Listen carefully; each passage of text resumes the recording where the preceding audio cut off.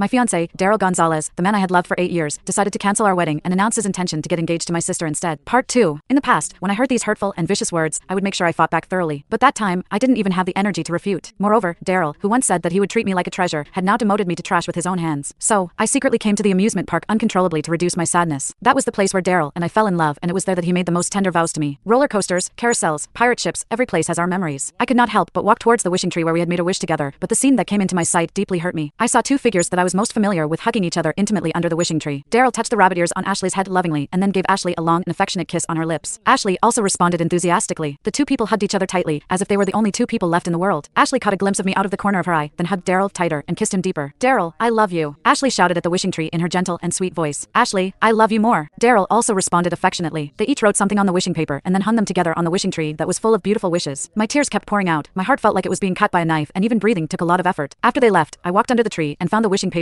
they had made. "Ashley, I will not marry anyone other than you in this life." Daryl, I will not marry anyone but you in this life." Ashley, during the 8 years Daryl and I were in love, he always held himself back, restraining his emotions and maintaining a certain distance. In public, he often said it was about preserving his image, that he could not afford to appear too intimate. But at that moment, watching him lose control in front of Ashley, I finally understood. His so-called sense of propriety was never about self-restraint, it was about the depth of his feelings. His restraint with me was not a mark of respect or care. It was simply that he did not love me enough. Tears welled up in my eyes, but I wiped them away with newfound clarity. I reached for the paper where we had once written our shared wish to be together forever. With steady hands, I tore it apart, shredding it into countless pieces, each one a fragment of my foolish hopes. "Daryl, I don't love you anymore." The words felt like a release. I let out a long sigh and turned away, but then I was met with Daryl's gaze, which was a bit reluctant and a bit guilty. I lowered my head in panic, not wanting to lose the last bit of my dignity in front of him. But when I see him, the sweet memories of the past still come to my mind unconsciously. I endured the pain like being pricked by a needle and told myself that I should not cry. Daryl's face showed some reluctance, which actually made me imagine that I still had some weight in his heart. He stared at the wish papers scattered on the ground and spoke slowly. "Sylvia, you also saw the wishing paper, didn't you? I fell in love with Ashley, and I couldn't just watch her marry a gay and ruin her own happiness. I will get engaged to her first and then find a way to cancel the engagement later. I will still marry you. You will always be my only wife." Looking at his confident and condescending look, I suddenly felt relieved. It turned out that the person I had loved for 8 years was nothing more than that. "Fine then. Let's break up, Daryl. I won't marry you." He did not seem to expect that the word break up would come out of my mouth, and his face was full of contempt. "You won't marry me? You've been begging me to marry you for 8 years. Besides, you're almost 30 years old. If you don't marry me, what will you do?"